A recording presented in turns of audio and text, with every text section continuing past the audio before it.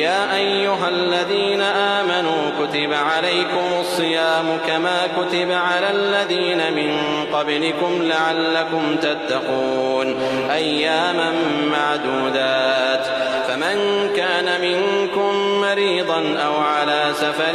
فعدة من أيام أخر وعلى الذين يطيقونه فدية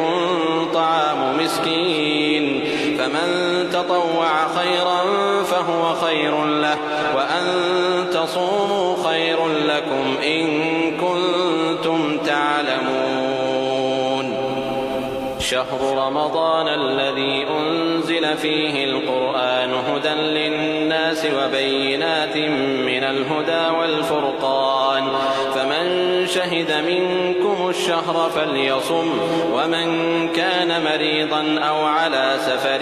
فعدة من أيام أخر يريد الله بكم اليسر ولا يريد بكم العسر ولتكملوا العدة ولتكبروا الله على ما هداكم ولعلكم تشكرون. وإذا سألك عبادي عني فإني قريب أجيب دعوة الداع إذا دعان فليستجيبوا لي وليؤمنوا بي لعلهم يرشدون.